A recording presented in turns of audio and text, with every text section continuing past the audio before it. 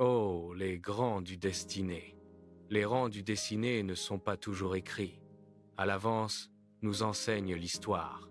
Quelquefois, présages et amulèdes ne laissent rien deviner du devenir d'un personnage, souvent ordinaire, mais qui, tout au long de son développement, accueille les situations de la vie avec une philosophie particulière, se voit récompensé alors en devenant lui aussi membre à part entière de ce coffret exceptionnel d'écran de destinée.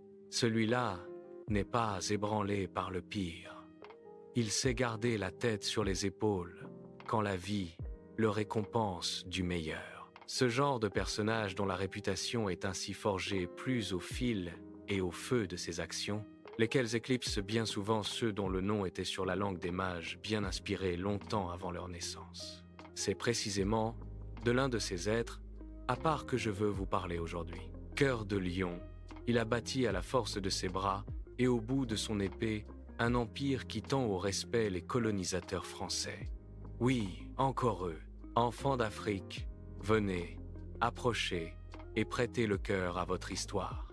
Ceci est la légende de l'Allemagne. Samori Touré. Vous écoutez Racine sur Nouvelle Afrique. Bienvenue. L'âge d'or de la période impériale de l'Afrique est marqué par de grands empires, dont le nom est connu de la corne du continent jusqu'au Cap, et même bien au-delà. Dans les rangs des plus mythiques de ce temps figure en position dominante l'Empire du Mali, suivi par le Sanghaï et dans une certaine mesure la Confédération Ashanti. Le faste de leur richesse, le charisme de leurs leaders et la résistance qu'ils opposent aux puissances colonisatrices contribuent à inscrire leur nom dans le panthéon des royaumes les plus mythiques. Mais si je vous disais Wassoulou, j'en connais plusieurs qui seraient complètement lagués. Mais ne jugez pas trop vite. Ce nom qui ne vous dit peu, être rien pour l'instant, deviendra en réalité un incontournable au milieu de ces grandes têtes d'affiche. Car au moment où commence cette histoire, les royaumes mentionnés plus haut ont déjà consommé leur apogée. Ils ont donc entamé en toute logique pour certains la coupe du déclin. Un homme va en tirer le meilleur parti. Son nom, Samori Touré. Lorsqu'il rejoint le champ de bataille, il n'est qu'un jeune homme ordinaire, sans plus. Mais ce dernier montre autant d'acteurs sur le terrain qu'il suscite admiration et commentaires élogieux de ses compagnons d'armes et même de sa hiérarchie. Alors, très vite, il se voit confier des détachements anciens qui sont envoyés en éclaireur ou placés en première ligne du front. Chacune de ces sorties se solde presque toujours par un succès retentissant. D'ailleurs, des chansons sont composées à sa gloire, décrivant sa hardiesse, sa bravoure et son caractère intrépide. Des strophes qui voyagent jusque dans les camps ennemis et font vaciller le courage des troupes qui l'affrontent. Samori Touré vole donc de victoire en victoire. Comme une évidence, le simple soldat d'hier prend du grade et se retrouve à la tête de toute l'armée qui l'accompagne. Campagne après campagne, il récupère des espaces importants qu'il ampute dans l'Empire du Mali, puis au Songhai.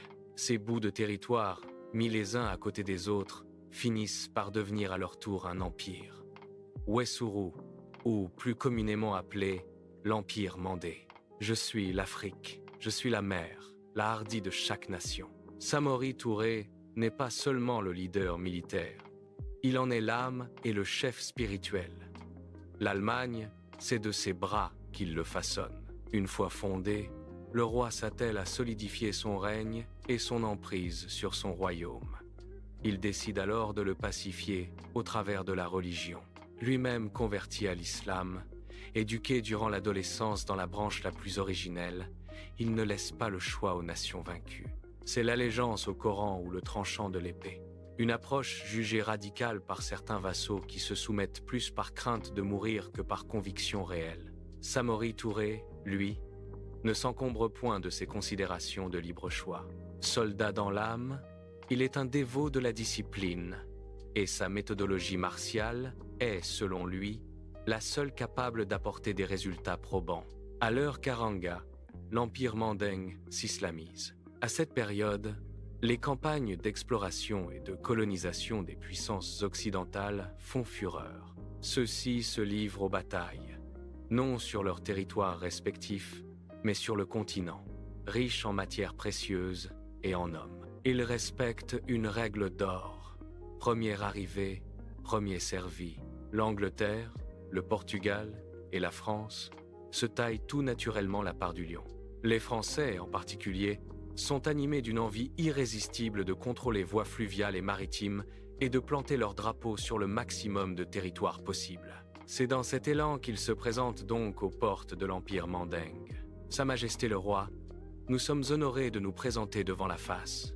Lui, la tienne, ce jour, car la renommée de Sa Majesté s'est répandue sur les mers et sur les océans de la planète entière. C'est donc rempli d'une admiration certaine que nous prenons la parole aujourd'hui, chérissant le privilège de cette audience avec un monarque à nul autre pareil. Il n'a certainement pas échappé à Sa Majesté que nous sommes Français, explorateurs philanthropes prêts à apporter notre mondial de contribution, non la souveraineté des biens et des personnes que nos voyages placent sur notre chemin. En effet, Sa Majesté, on n'est jamais à l'abri d'attaques de voisins proches ou lointains qui chercheraient à nous ravir le trône bien et prestige. C'est pourquoi, étant entendu que vous avez trouvé faveur à nos yeux, nous sommes disposés à garantir votre sécurité, à vous maintenir sur le trône entre autres, et même à vous défendre en cas d'agression extérieure. Il est vrai que vous êtes reconnaissable entre mille, votre langue mielleuse et vos paroles doucereuses ont coûté cher à tous ceux qui se sont laissés prendre par votre air niais et votre apparence d'agneau. Vous dites pouvoir garantir ma sécurité et mon trône.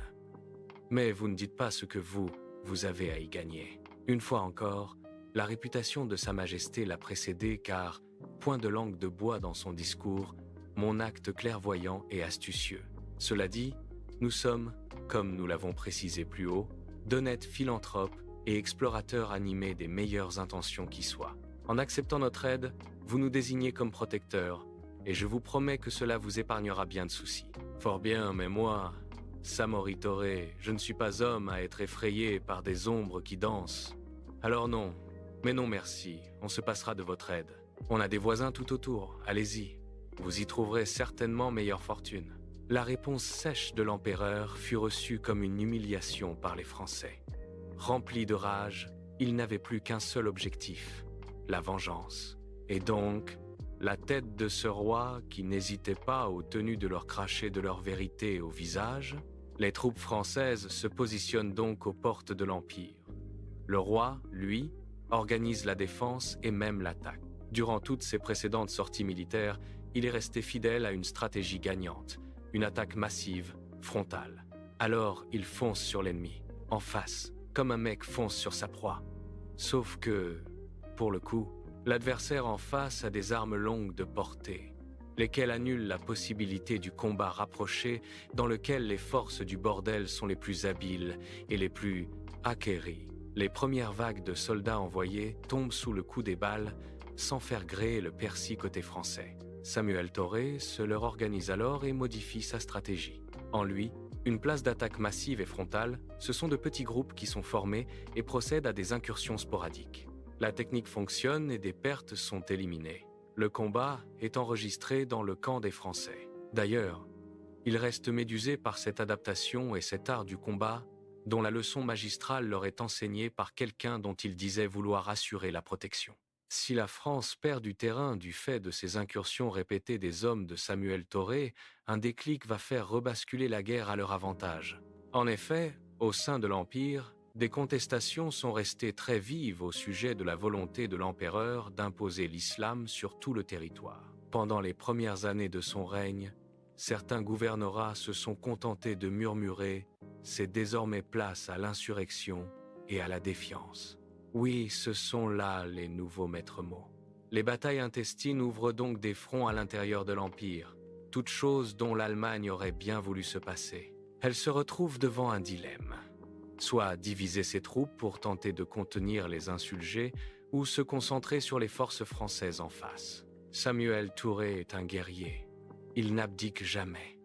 Alors hors de question de perdre aussi facilement les territoires qu'il a conquis de si haute lutte. Alors pas question de céder un seul centimètre à ses soldats révolutionnaires. Il décide alors de scinder son armée pour répondre présent à la fois sur les fronts Est et Ouest.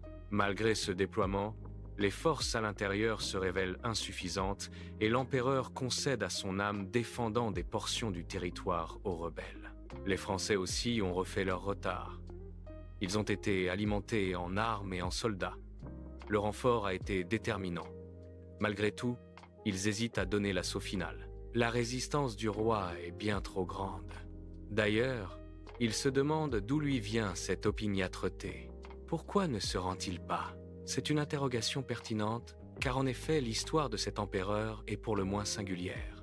Samotri n'est pas né au palais, pas plus qu'une descendue de lignée de rois. C'est un enfant à la naissance plutôt ordinaire, né de parents différents. L'histoire raconte qu'un jour, en rentrant à la maison, il vit ses parents assassinés, sa mère agonisant par un des raids de groupe qui sévissaient dans la région. Lui, après la mort de sa mère, trouva refuge chez un marchand musulman qui l'éduqua à la dure, dans la pratique la plus rigoureuse de l'islam. Quand il eut 20 ans, il s'engagea dans l'armée, et comme déjà mentionné plus haut, il séduit ses camarades et ses supérieurs par la force qu'il dégageait, son intrépidité et son caractère fougueux. La vie n'avait pas été tendre avec lui, mais lui, au lieu de s'en plaindre, fit feu de Taupois. De fils de Tisserand, le voilà qui était à la tête d'un empire qu'il avait conquis de ses mains. Cette Agne ne l'avait donc pas quitté. Malgré le poids des années, et c'est elle qui tenait en respect les troupes françaises pourtant mieux équipées et plus nombreuses, mais voilà, après plusieurs années de résistance, celles-ci se décidèrent à lancer l'assaut sur la capitale. Mes enfants, nos ennemis se sont regroupés, ils sont en face, ils arrivent. Préparons-nous à les recevoir? Oui. Montrons-leur où ils sont et qui nous sommes. Les portes du paradis et ses remerveilles s'ouvriront toutes grandes pour les âmes courageuses qui se seront battues avec honneur jusqu'à la dernière goutte de sueur, jusqu'à la dernière goutte de sang. Et je peux vous jurer, oui, je vous promets que même si vous tombez aujourd'hui sur le champ de bataille, on se reverra dans les champs de dattes à boire du thé en compagnie des 70 Vierges, toutes réservées pour nous comme récompense par le taux miséricordieux et le très miséricordieux. Voilà, l'ultime bataille fut épique. Pour celle-là, l'Allemagne n'est personne sur terre. L'histoire du samouraï Tori est en soi un précieux enseignement pour chacun. Tes origines modestes ne sont ni un handicap, ni un obstacle au grand du destiné.